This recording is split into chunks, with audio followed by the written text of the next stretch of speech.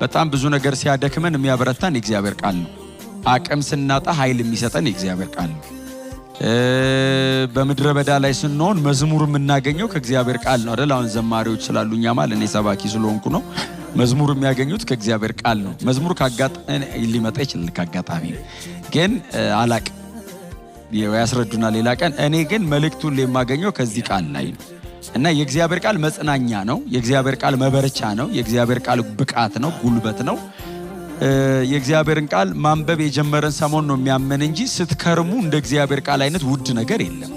ከእግዚአብሔር ቃል ጋር ማሳለፍ የለመደ ሰው ከሰው ጋር ብዙ ማሳለፍ ሊከብደው ይችላል። ከእግዚአብሔር ቃል ጋር በጣም ማሳለፍ የለመደ ሰው ከሌላ ነገር ጋር መቆየትና መዋል በጣም ሊያስጨንቀው ይችላል። በጣም የምትጓጉትና የምትናፍቁት ነገር የእግዚአብሔር ቃል ነው። እግዚአብሔርን ያወቅነው በዚህ ቃል ውስጥ ነው። ስለ እግዚአብሔር ያወቅነው በዚህ ቃል ውስጥ ነው። ክርስትናን ያወቅነው በዚህ እውነት ውስጥ ነው። አዲስ ሰማይ አዲስ ምድር እንዳለ እንኳን የነገረን ይሄ እውነት ነው።